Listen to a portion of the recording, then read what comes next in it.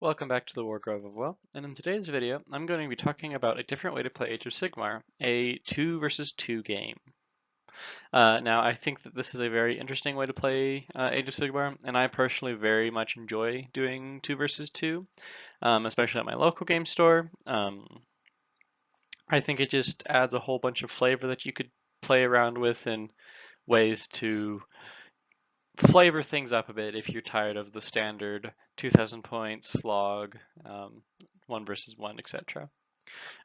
Before we do get started, though, I will remind everybody that I do have a Discord now. I'm trying to start that up. There will be a link in the description if that's something you're interested in, just to talk, hang out, or just kind of have another way to give me feedback. Without further ado, let's get started. So, one of the big things is, how does a 2 versus 2 work? Well, for starters, there's 4 players, 2 teams, and each team has about 1,000 points each. So total, it all adds up to a regular 2,000 point game. Every player must have a valid 1,000 point list. So 2 battle line, minimum 1 leader, all that kind of jazz. Drops are done on a team-wide basis. So when you alternate, each player on your team gets to drop something. So, for example, if both players have the 1-drop battalion, your overall drops for your team is 1. And then something else that you can homebrew on your own terms is you can treat teammates as hostile or friendly based on your own homebrew rules. Like if you wanted to lore flavor it, like maybe this is a desperate alliance, or this is kind of something that they don't want to do and they still hate each other, but the enemy of my enemy is my friend for until I stab my enemy. And that can kind of determine, do you have to stay outside of 3 inches of your friend, or would that be considered combat? Do you get to buff your teammates with Mystic Shields or other keyword bound stuff that have to target a friendly unit? That kind of stuff. So that's kind of open to interpretation on a person-to-person basis. I personally think there's pros and cons to both.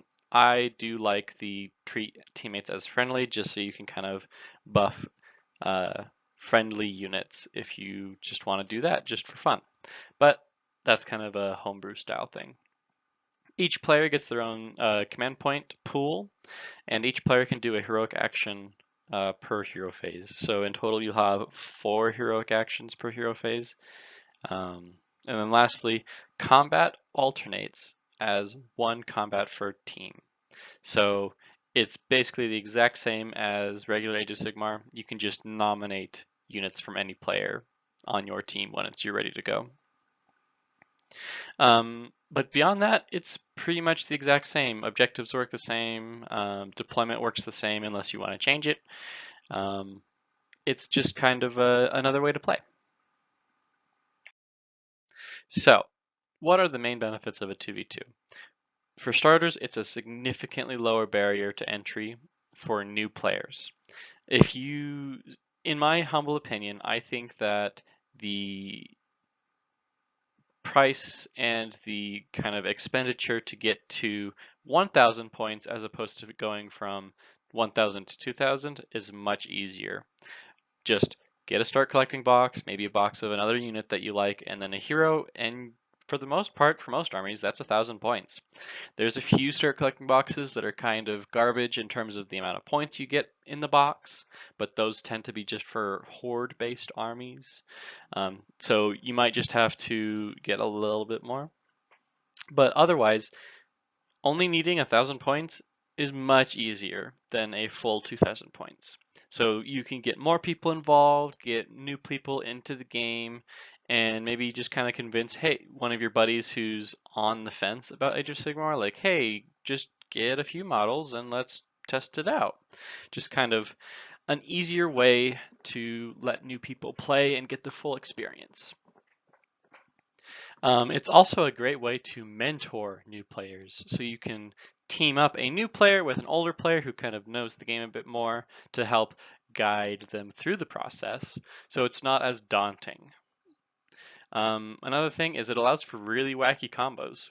Would you be curious to see what a Tzeentch army and a Sylvaneth army looks like together? Well, now you can. Um, it's not necessarily the most transferable example, but in this setup, just kind of seeing the different combinations you can make in Theorycraft is fun. It's another way to play.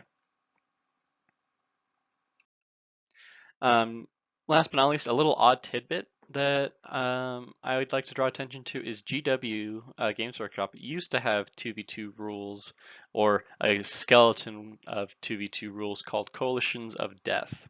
So I included a picture of the table from Coalitions of Death that shows how likely, or if all, a pair up could happen.